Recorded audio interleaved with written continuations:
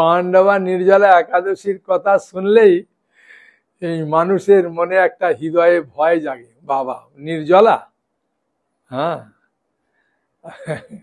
অন্য একাদশী গুলো তো খেয়ে করে, হ্যাঁ, আর যারা সম্পূর্ণ উপবাস করে তাদের কাছে কোনো ব্যাপার নয়, কিন্তু আমাদের মতো যারা, তারা তো একাদশী দিন কবার খায় ঠিক নেই, তাই আমাদের জন্য যেন খুব অসুবিধে, তাই না? সেই জন্যে এই পাণ্ডবা নির্জলা একাদশী যেমন ভাবে শ্রবণ করা মাত্রই হৃদয়টা যেন শুকিয়ে যায়, আর যখন এর মাহাত্ম্য শুনব যেন মনে হবে আমার হৃদয় জমিটা একদম উর্বর হয়ে গেল, কোমল পবিত্র হয়ে গেল। বাবা, এত মাহাত্ম্য পাণ্ডবা নির্জলা একাদশী। হ্যাঁ, আর এইবারে পাণ্ডবা নির্জলা একাদশীর যে মাহাত্ম্য, এটা তো আরো আরো আরো বেশি আনন্দদায়ক, ফলদায়ক এবং ভক্তির দিকে অগ্রসরের দিকে, হ্যাঁ, খুব উৎসাহমূলক, উদ্দীপনমূলক, আনন্দমূলক এই পাণ্ডবা নির্জলা একাদশী। এমনি তো পাণ্ডবা নির্জলা একাদশী প্রায় ভারতের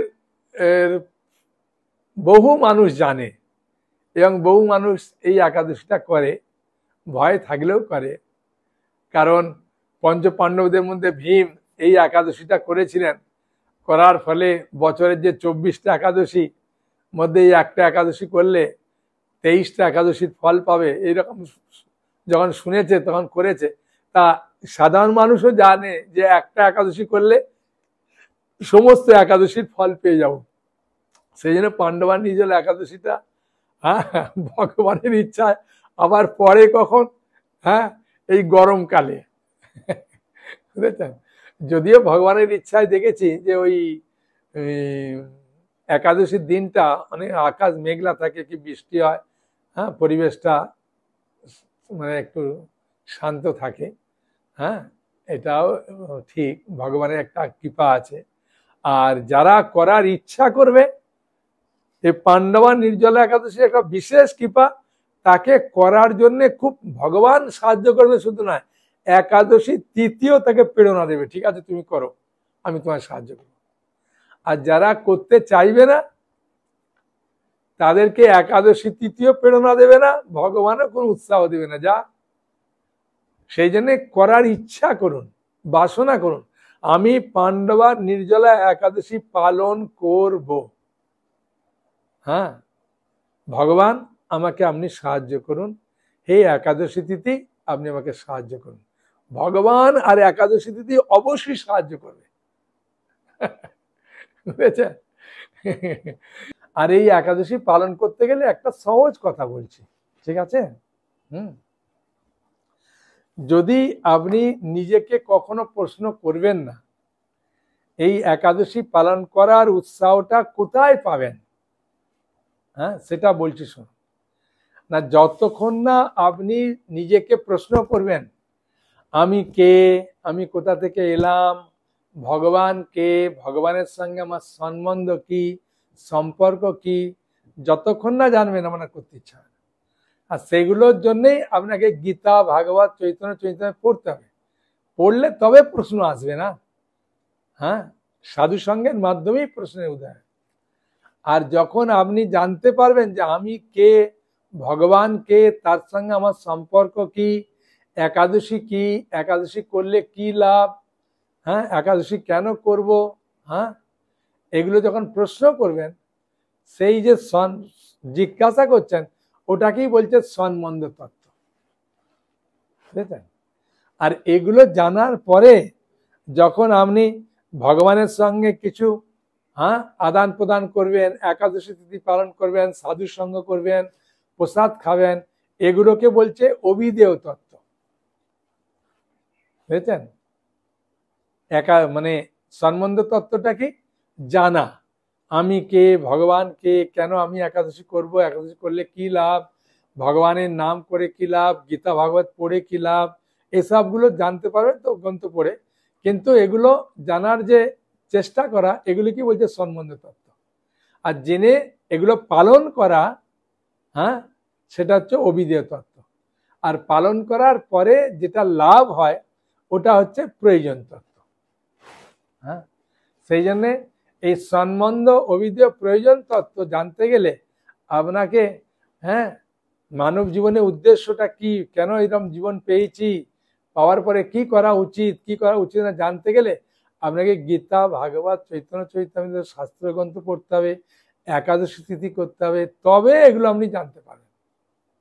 হ্যাঁ, যদি আপনি মনে করেন যে আমার কাছে গীতা, ভাগবত, চৈতন্য চরিতামৃত আছে বা নেওয়ারে নেই, তাহলে আমাদের এখন এই জগন্নাথ রথ আসছে, এই জগন্নাথের এই 4টে বই নিতে পারেন। জগন্নাথের সম্পূর্ণ লীলা, তারপরে আমাদের মায়াপুরের রাজাপুরের যে জগন্নাথ তার কাহিনী, তারপরে রসময়, হ্যাঁ, জগন্নাথ কত সুন্দর দেখে রসময় রথযাত্রা, এটা আছে। তারপরে শ্রীক্ষেত্র, হ্যাঁ, পুরীর সব জায়গায় সাক্ষী গোপাল থেকে আরম্ভ করে আলালনাথ সমস্ত কাহিনী পারেন। এই 4টে বইয়ের সেট নিতে পারেন।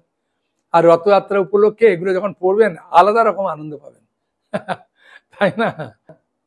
আর যখন এগুলো জানতে পারবেন, এটাকেই বলছে সম্বন্ধ তত্ত্ব। জানার পরে আপনি সেবা করার, একাদশী ব্রত করার যে ইচ্ছা জাগবে, এটাকে বলছে অবিধেয় তত্ত্ব। আর এই অবিধেয় তত্ত্ব সেবা করে, হ্যাঁ, যে কি আনন্দ পাচ্ছেন, সেই আনন্দটা যখন লাভ হবে ওটাকে বলে প্রয়োজন তত্ত্ব। সেই জন্যে এই পাণ্ডবার নির্জলা একাদশী পালন করা আমাদের দরকার। ঠিক আছে? একটা হাসির কথা না বললে নয়। একজন ভদ্রলোক বলছেন আমি জল না খেয়ে থাকতে পারবো না, আমি মরে যাব, আমি কি প্রাণ ছাড়বো নাকি একাদশী দিনে? আমি বলছি একাদশী দিনে প্রাণ ত্যাগ করতে হবে না, আপনি একটা জলের বোতল একদম খুব সুন্দর দামি মিজরি কিনে জলে ভেতরে রেখে আর বোতলটা নিয়ে ঘুরবেন। যখনই আপনার মন বলবে যে জল খাওয়ার জন্য, আপনি মনকে বলবেন কোনো চিন্তা নেই, একদম মিজরি জল খাবো। হ্যাঁ, বুঝলেন? তো ভদ্রলোক সত্যি করে এইভাবে করেছিলেন, বিছানার সময় মশারির ভেতরে নিয়ে ঘুমিয়েছিলেন।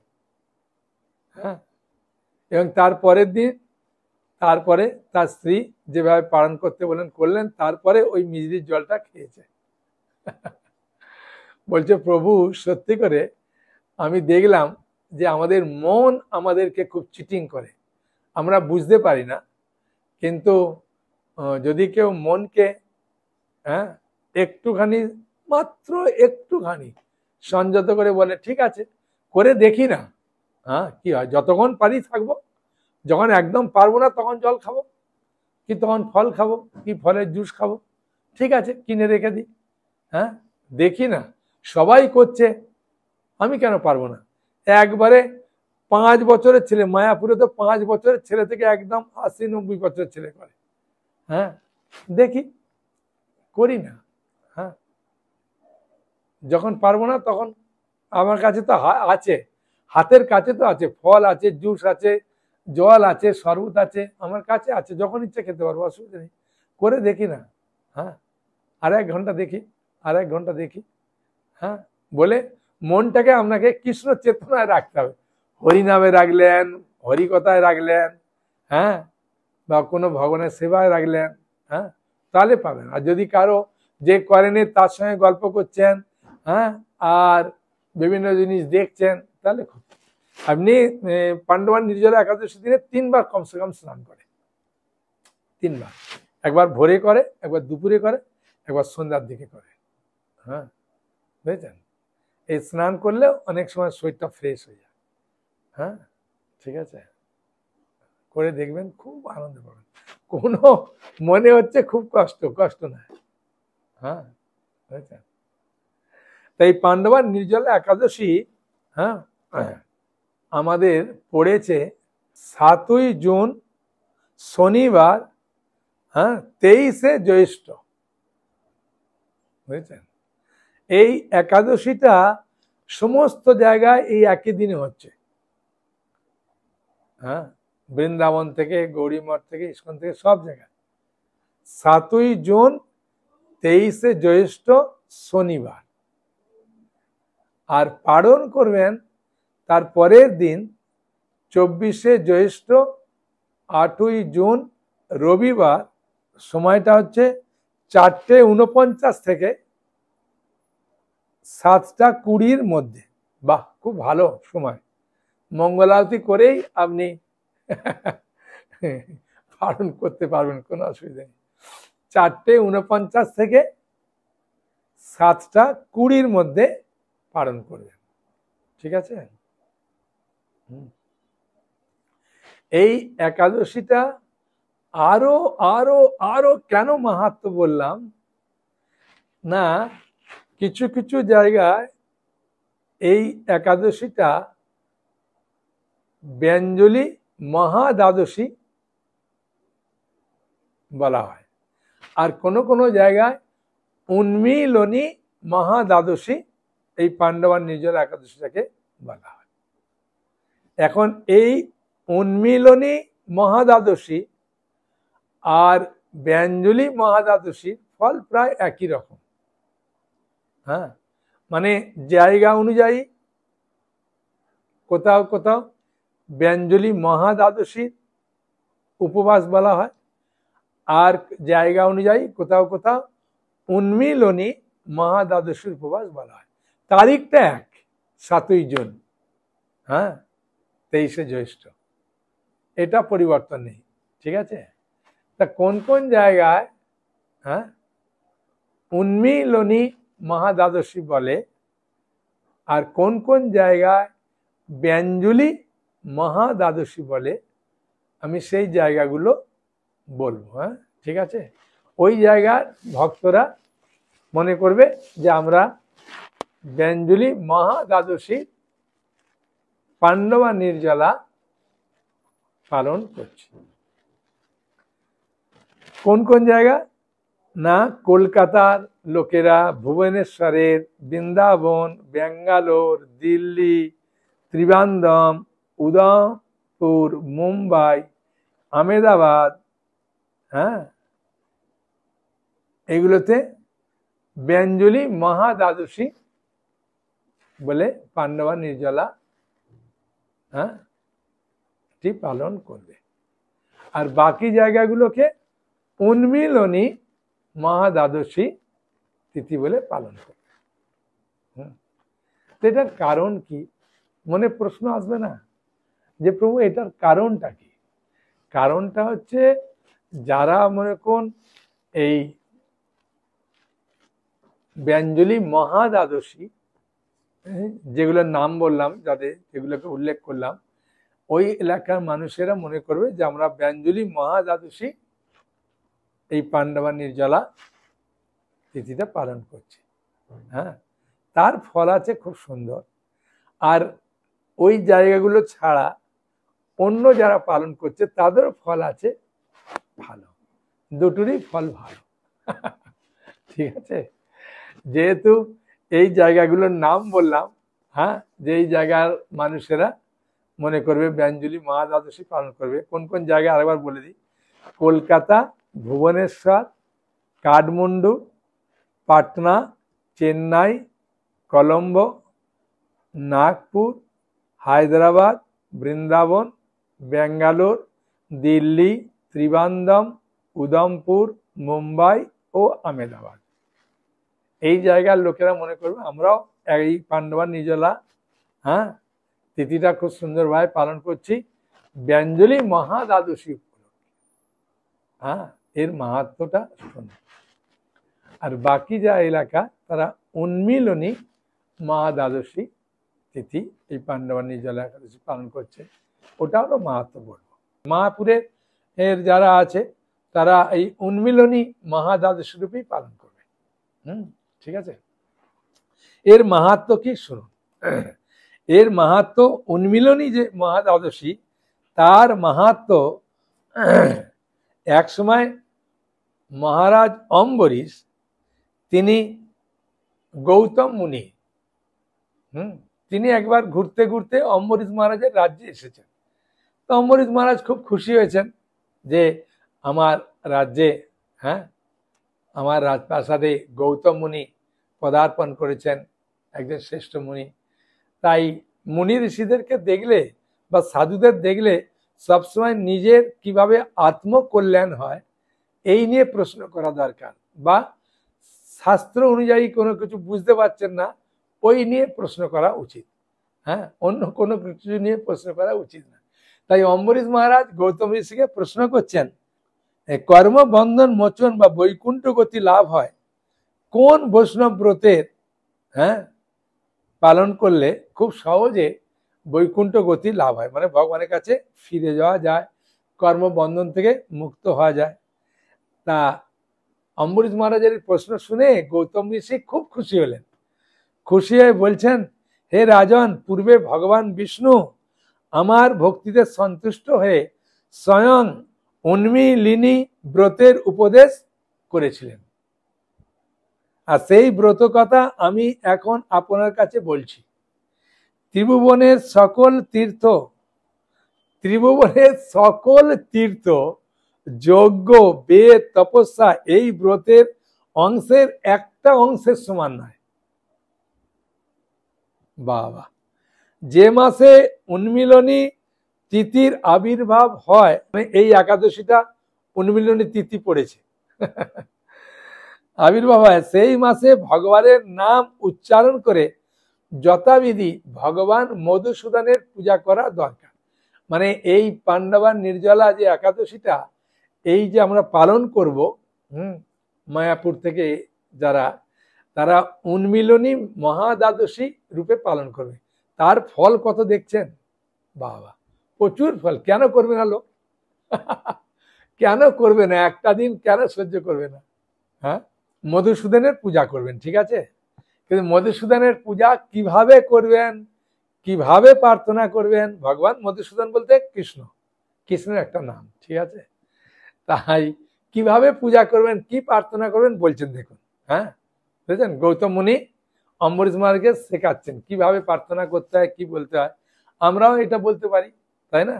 যাদের কাছে একাদশী মাহাত্ম্য বই আছে, পেছন দিকে উন্মিলনী মহাদ্বাদশীর মাহাত্ম্য বলা আছে, ওটা দেখে দেখে পাঠ করবেন। হ্যাঁ হ্যাঁ, হে দেবেশ, হে পূর্ণ কীর্তি, আপনাকে প্রণাম। আমাকে শোক মোহ ও মহা পাপরূপ সংসার সাগর থেকে উদ্ধার করুন, এইভাবে প্রার্থনা করুন।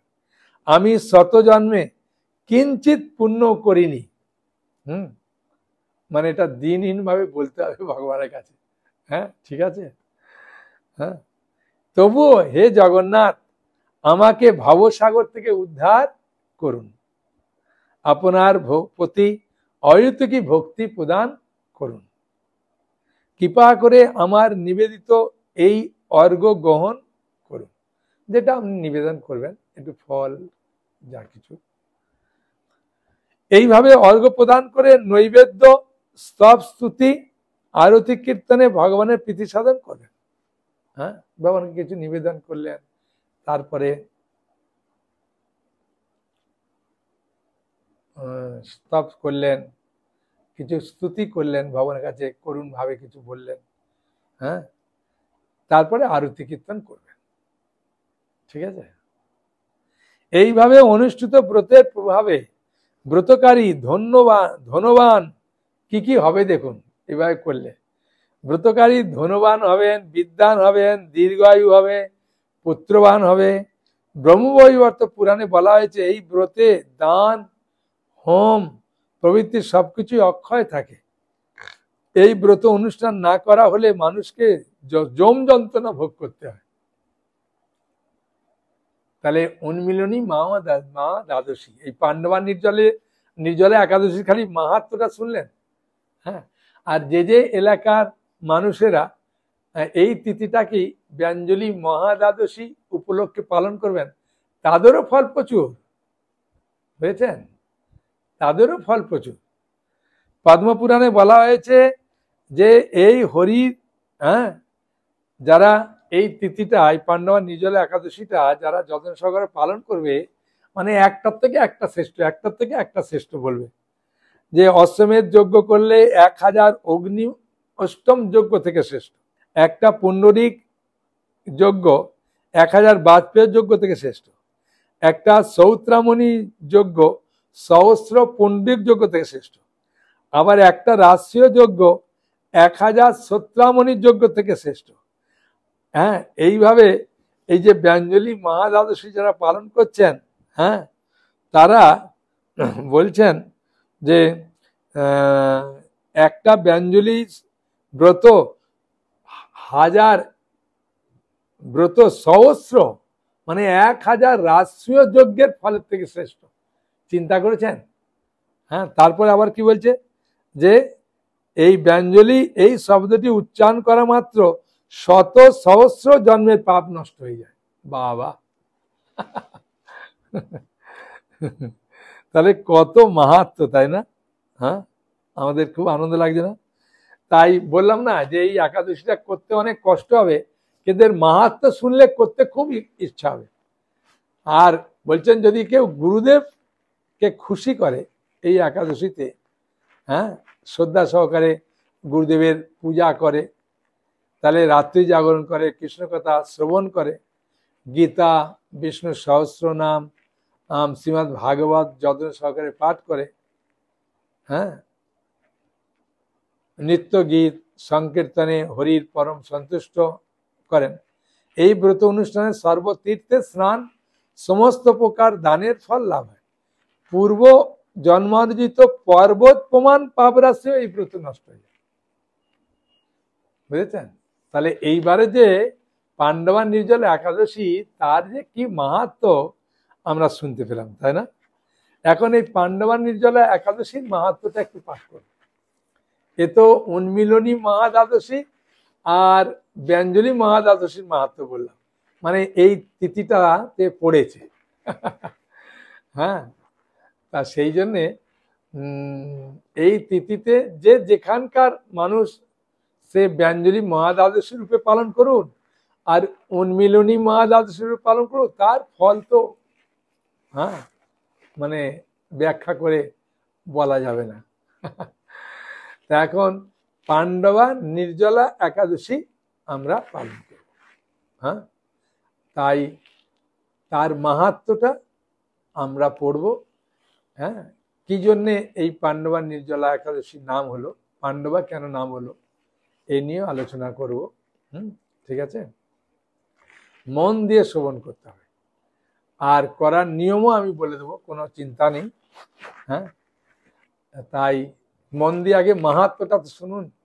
হ্যাঁ, কি বলছে দেখুন, বলছেন যে জ্যৈষ্ঠ শুক্ল পক্ষে এই নির্জলা একাদশী ব্রত সম্পর্কে ব্রহ্ম বৈবর্ত পুরাণে উল্লেখ আছে।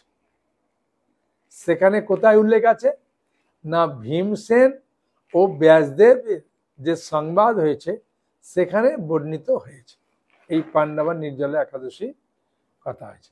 তাহলে এই একাদশীর মাহাত্ম্যটা ভগবান কৃষ্ণ বলছেন না, ব্যাসদেব স্বয়ং বলবে। মহারাজ যুধিষ্ঠির বললেন, হে জনার্দন, আমি অপরা একাদশীর সমস্ত মাহাত্ম্য শ্রবণ করলাম, মানে আগের একাদশীটার নাম ছিল অপরা একাদশী। জ্যৈষ্ঠ পক্ষে শুক্লপক্ষের একাদশীর নাম ও মাহাত্ম্য কৃপাপূর্বক আমার কাছে বর্ণনা করুন। শ্রীকৃষ্ণ বললেন, এই একাদশীর কথা মহর্ষি ব্যাসদেব বর্ণনা করেছেন, কেননা তিনি সর্বশাস্ত্রে পারদর্শী। হ্যাঁ, সমস্ত সর্বশাস্ত্রের অর্থ ভালো রকম জানেন, তত্ত্ব পূর্ণরূপে জানেন। রাজা মহারাজ যুধিষ্ঠির তখন ব্যাসদেবকে বললেন, হ্যাঁ, কি বলছেন ব্যাসদেবকে, হে মহর্ষি দ্বৈপায়ন, আমি মানুষের লৌকিক ধর্ম ও জ্ঞানকাণ্ডের বিষয়ে অনেক কথা শ্রবণ করেছি, আপনি যথাযথভাবে ভক্তি বিষয়নীর কিছু ধর্ম কথা আমার কাছে বর্ণনা করুন, যাতে ভক্তি বৃদ্ধি হয়। বুঝেছেন?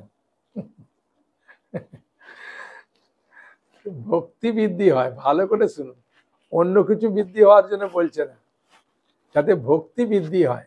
এই একাদশীর মাহাত্ম্য এত। ব্যাসদেব বললেন, হে মহারাজ, তুমি যেসব ধর্মকথা শুনেছ এই কলিযুগের মানুষের পক্ষে সে সমস্ত পালন করা অত্যন্ত কঠিন। হ্যাঁ, ব্যাসদেব বলছেন হ্যাঁ মহারাজ যুধিষ্ঠিরকে যে আপনি যেসব আগে ধর্মের কথা শুনেছেন ওগুলো পালন করা কলিযুগের মানুষের জন্য খুব কঠিন। কেন কলিযুগের মানুষ তো একটুতেই খিদে সহ্য করতে পারে না, তারপর তো অলস, মন্দগতি, মন্দ চিন্তা। তা যা সুখে সামান্য খরচে অল্প কষ্টে সম্পাদন করা যায় অথচ মহা ফল প্রদান করে, সমস্ত শাস্ত্রের সাররূপ এই ধর্মই কলিযুগে মানুষের পক্ষে করা শ্রেয়, সেই রকম ধর্মকথা বলুন। হ্যাঁ, বুঝেছেন? তা ব্যাসদেব তাহলে কি বললেন?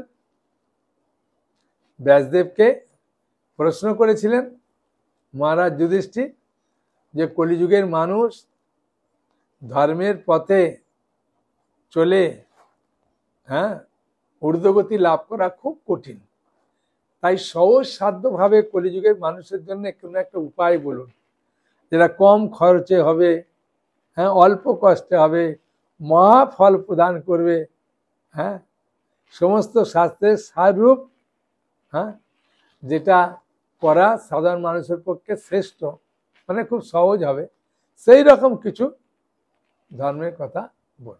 তাই মহারাজ যুধিষ্ঠির প্রশ্ন শুনে ব্যাসদেব বলতে শুরু করছেন যে উভয় পক্ষের একাদশীর দিনে ভোজন না করে উপবাস ব্রত করবে, দ্বাদশীর দিনে স্নান করে শুচি শুদ্ধ হয়ে নিত্যকৃত্য সমাপনের পর শ্রীকৃষ্ণের অর্চন করবে, এরপর ব্রাহ্মণদেরকে প্রসাদ ভোজন করাবে, অশৌচাদিতে হ্যাঁ এই ব্রত কখনো ত্যাগ করবে না। হ্যাঁ মানে কোনো অনেকে মনে করে না যে আমি অশুচি হয়ে গেছি আমি এই ব্রত করব না, না না, যে কেউ করতে পারে। হ্যাঁ শুচি অশুচি বাচ্চা বৃদ্ধ, হ্যাঁ যে কেউ, যে কোনো সম্প্রদায়, যে কোনো গুরু থেকে দীক্ষা নেই, হ্যাঁ সবাই এই ব্রত করতে পারে, এই পাণ্ডবা নিজল একাদশী। আমি বলছি না, ব্যাসদেব স্বয়ং বলছেন। হ্যাঁ যে সকল ব্যক্তি স্বর্গে যেতে চায় তারাও করতে পারে, হ্যাঁ যারা ধন সম্পত্তি চাইবে তারাও করতে পারে, যে কেউ করতে পারে, কেউ ভক্তি চাইলেও করতে পারবে, মানে যার যেমন কামনা বাসনা আছে যে কোনো কামনা বাসনা নিয়ে এই একাদশী করতে পারে।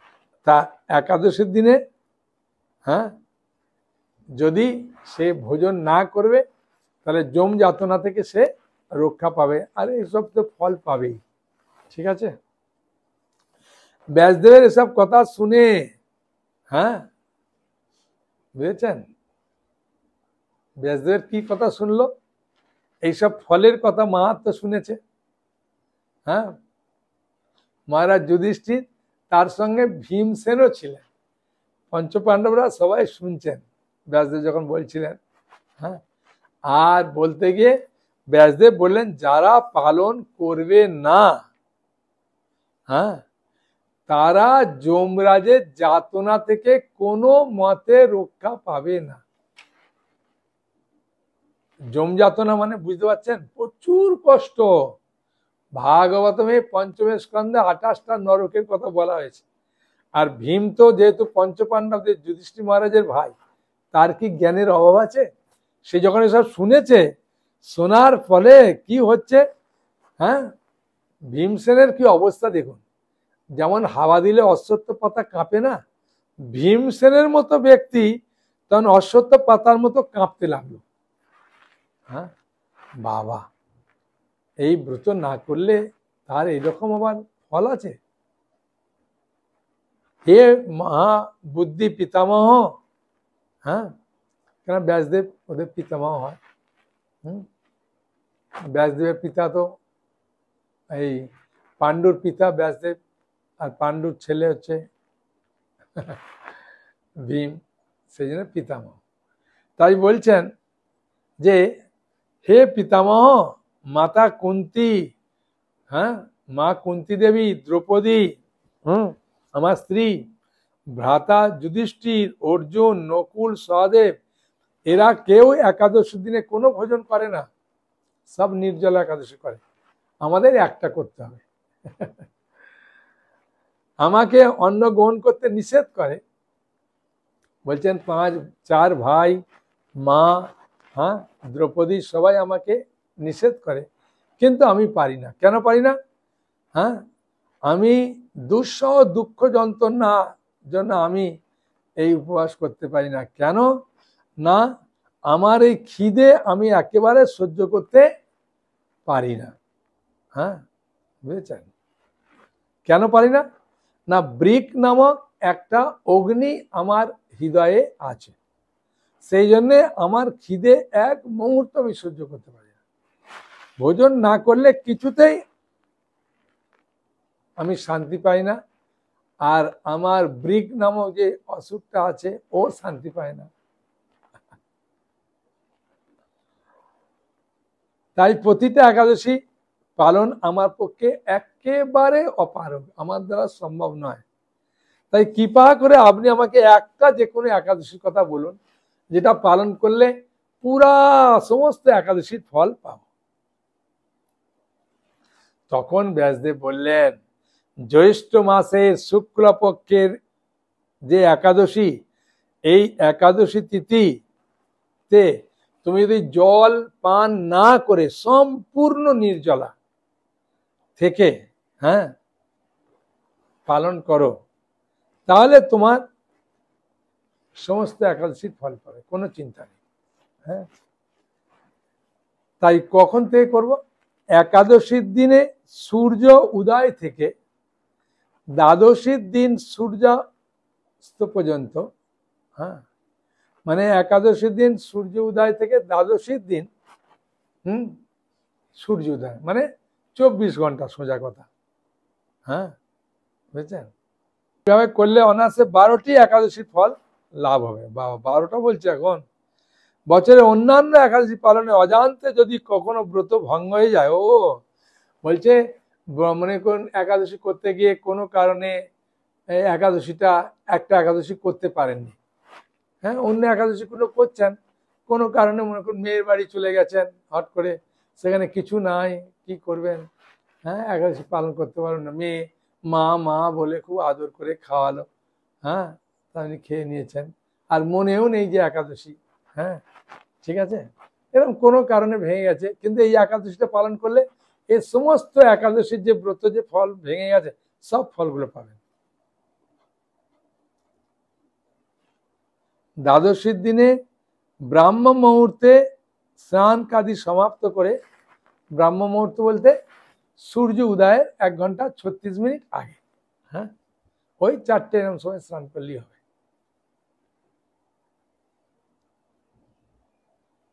শ্রীহরির পূজা করবে, মানে দ্বাদশী দিনে একটু পূজা তো করতে হবে, নাহলে আমি প্রসাদ পাবো কোথায়? তা পূজা করবে, সদাচারী ব্রাহ্মণের বস্ত্রাদি দান সহ ভোজন করিয়ে, সদাচারী যে ব্রাহ্মণ আছে তাদেরকে একটু বস্ত্র টস্ত্র দিয়ে আত্মীয় স্বজনের সঙ্গে ভোজন করবে। এরূপ একাদশী ব্রত পালনে যে প্রকার পুণ্য সঞ্চিত হয় তা শ্রবণ করো। এখন একাদশী পালন করলে তার ফলটা বলছে, সারা বছরের সমস্ত একাদশীর ফলই এই একটা মাত্র ব্রত উপবাসে লাভ হবে। শঙ্খ চক্র গদা পদ্মধারী ভগবান শ্রীকৃষ্ণ আমাকে বলেছেন, বৈদিক ও লৌকিক সমস্ত ধর্ম পরিত্যাগ করে যারা একমাত্র আমার শরণাপন্ন হয়ে এই নির্জলা একাদশী ব্রত পালন করে তারা সর্বপাপ মুক্ত হয়। বুঝেছেন? বৈদিক আর লৌকিক সমস্ত ধর্ম পরিত্যাগ করে মানে কি জানেন?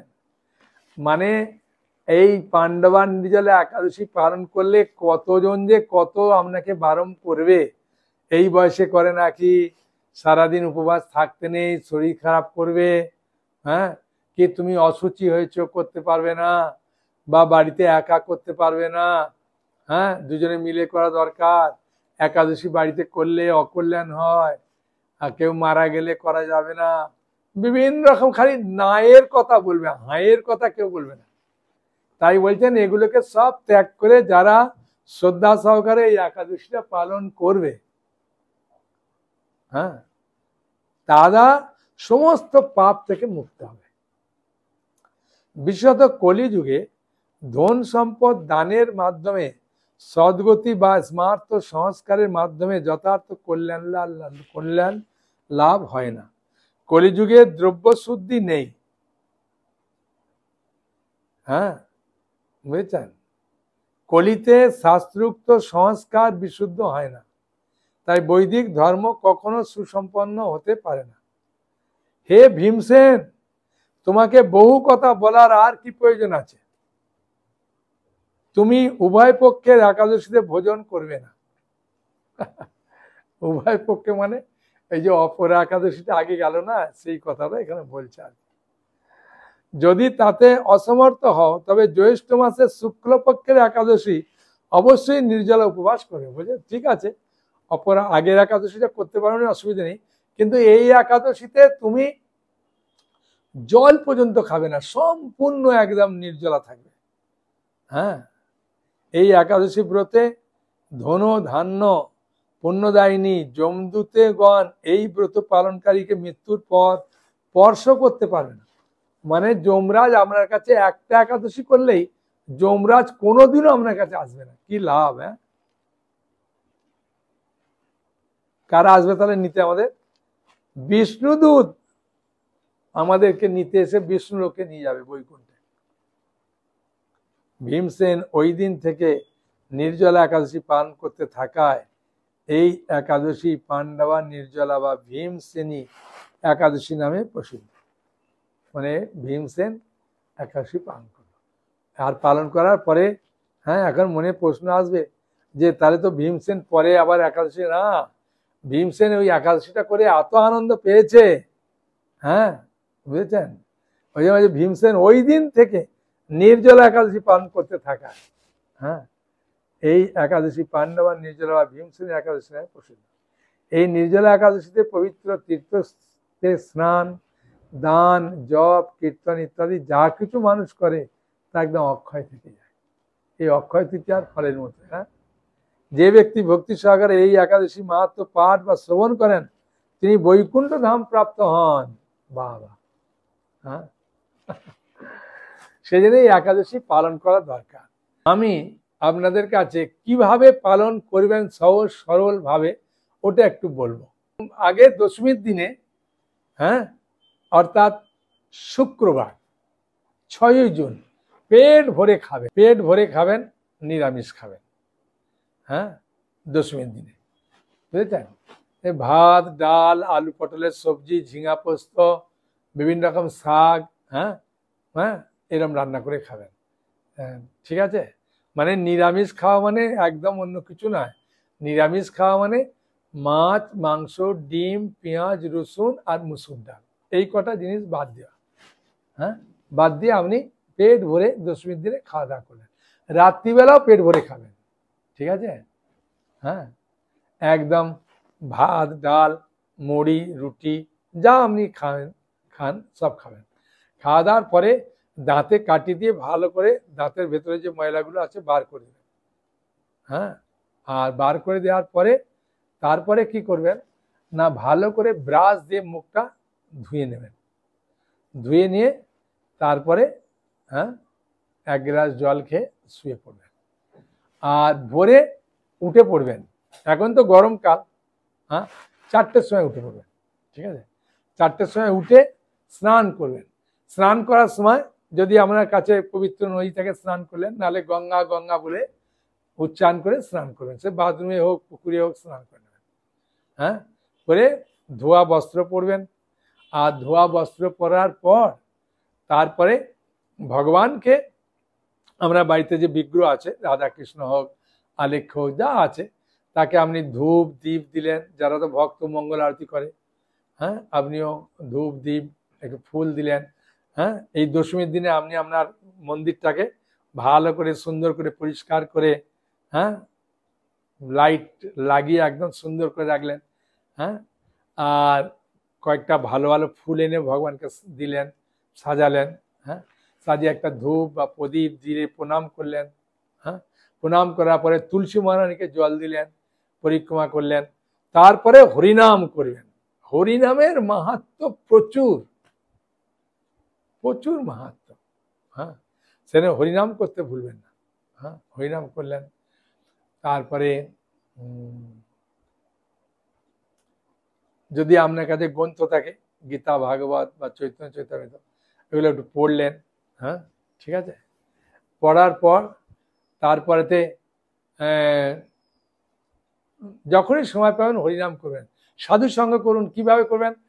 এখন তো সবার কাছেই মোবাইল ফোন, মোবাইল ফোনের মাধ্যমে মায়াপুরে শুধু ইস্কন ভক্তদের ক্লাস শুনবেন, অন্য কিছু ক্লাস শোনার জন্য বলবো না, অনেকে বিপদ হয়ে যাচ্ছে অনেকে, হ্যাঁ, ক্লাস শুনবেন। তারপরে মায়াপুর টিভিতে মায়াপুর রাধা মাধব নৃসিংহদেব পঞ্চতত্ত্বকে দর্শন করলেন, হ্যাঁ, দর্শন করে বাড়ি থেকেই প্রণাম করলেন, হ্যাঁ, ভক্তরা থাকলে তাদের কাছে বসে একটু হরিকথা পড়লেন, গীতা পড়লেন, বুঝলেন। এইভাবে করতে করতে কখন সময়টা চলে যাবে আপনি নিজেই বুঝতে পারবেন না, বুঝেছেন। তারপরে ওই দিন 3 বার স্নান করবেন বলেছে, হ্যাঁ, সকালে একবার করবেন, দুপুরে করবেন, আর রাত্রেও একবার করবেন, হ্যাঁ। আর আপনার বাড়িতে যদি বিগ্রহ থাকে কিছু ফল টল ভোগ লাগাতে পারেন। আর একান্তই যদি আপনার শরীর খারাপ হয় বা অসুস্থ থাকেন তখন একটু ফল খেয়ে ওষুধ খেতে পারেন, হ্যাঁ, বুঝেছেন। আর আপনি দশমীর দিনে একটা গোপন কথা বলে দিচ্ছি, দশমীর দিনে ভগবানকে বলবেন যে প্রভু আপনি কৃপা করুন, আমি এইভাবে পালন করার চেষ্টা করব, হ্যাঁ, বুঝেছেন। আর যদি একান্তই না পারি তাহলে আমি একটু জল খেতে পারি, হ্যাঁ, ভগবানকে বলে রাখলেন। তাহলে দেখবেন ভগবান আপনাকে এমন সাহায্য করবে, আর একাদশী তিথি আপনার জল খাওয়ার কথা ভুলিয়েই দেবে। এরকম অনেকে বলেছে, আমাকে শুনেছি, হ্যাঁ। আর রাত্রি জাগরণ করলে খুব ভালো এই একাদশীটা। রাত্রি জাগরণ অনেকে বলছেন প্রভু তাহলে আমি কি রামায়ণ মহাভারতের, হ্যাঁ, দেখতে পারেন, অসুবিধা নেই, কিন্তু ইস্কন ভক্তরা বহু ক্লাস দেন, ক্লাস শুনতে পারেন, অনেকে চৈতন্য চৈতামৃত পাঠ করেন, হ্যাঁ, এগুলো শুনতে পারেন, হ্যাঁ, তা আমাদের লাভ আছে। তো এইভাবে ভক্তি দিয়ে এইভাবে করবেন, হ্যাঁ। তারপরের দিন যে পারণ করবেন 4:49 থেকে 7:20 মধ্যে, তার আগে স্নান টান করে নেবেন, নিয়ে ভগবানকে ধূপ দীপ আগের মতোই সব কিছু করবেন, তুলসী মাকে জল দেবেন, দিয়ে আপনি যদি মনে করেন যে একটু অন্ন লাগাবো, তাহলে গলা অন্নটা একটু মানে সিদ্ধ বেশি হবে, হ্যাঁ, আলু দিয়ে একটু লাগিয়ে দিলেন, অল্প একটু গলা অন্ন খেলেন আলু মাখা দিয়ে, অসুবিধে নেই। বা অনেকে মনে করেন প্রভু আমি জগন্নাথের যে নির্মাল্য আছে ওটা দিয়ে পালন করবেন, পালন করার পরে একটু শরবত খাবেন, হ্যাঁ, যে কোনো একটু শরবত, তাই গুড়ের শরবতটা খুব বেশি খাবেন না, হ্যাঁ, ওটা অসুবিধে করে, হ্যাঁ, লেবু দিয়ে গুড় দিয়ে অল্প একটু শরবত খেলেন, মিষ্টির জল খেলেন, হ্যাঁ, খেয়ে তারপরেতে ওই পালন তো হয়ে গেল। এবার গলা একটু রাইস আলু মাখা ভগবানকে নিবেদন করে ওটাও একটু খেতে পারেন। অনেকে বলছে প্রভু আমার তো রান্নার পাত্র নেই, কি করব? তাহলে চিড়া, হ্যাঁ, আগে একটু কিনে রাখবেন, চিড়া, কলা, দুধ, হ্যাঁ, গুড়, হ্যাঁ, এসব একটু মেখে ওটা দিয়েও পালন করতে পারেন, হ্যাঁ। যা কিছু খাবেন একদম পেট ভরে নয়, হ্যাঁ, মানে 4 ভাগের 1 ভাগ খাবেন, তারপরে দুপুরের দিকে পেট ভরে খান, এইভাবে করবেন, ঠিক আছে।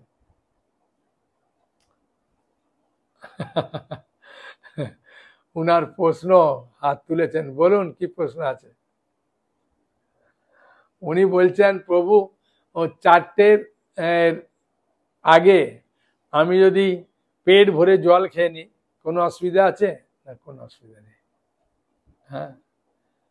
অন্য একজন তো আগে আমাকে একবার প্রশ্ন করেছিলেন যে প্রভু আমি যদি 3টার সময় প্রেসার কুকারে ভাত আর আলু সিদ্ধ রান্না করে দিই, আমি যদি 3:30-র মধ্যে খেয়ে নিই, হ্যাঁ, খাওয়ার পরে 4:30-র আগে পেট ভরে জল খেয়ে নিলাম, তাহলে কি আমি এই একাদশীটা করতে পারবো?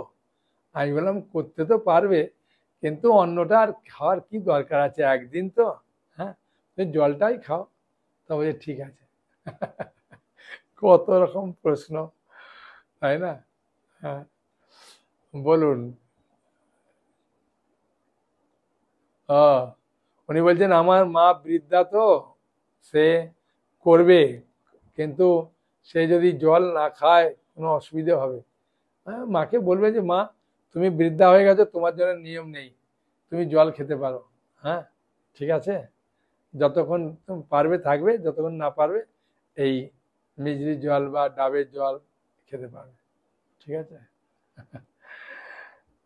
ঠিক আছে তাহলে, হরে কৃষ্ণ কৃষ্ণ কৃষ্ণ হরে হরে, হরে রাম রাম রাম হরে হরে। সকলে আনন্দে থাকুন। হ্যাঁ, আনন্দে এই পাণ্ডবা নির্জলা একাদশী পালন করুন। ঠিক আছে, হরি বল, সকলে ভালো থাকুন। হরে কৃষ্ণ।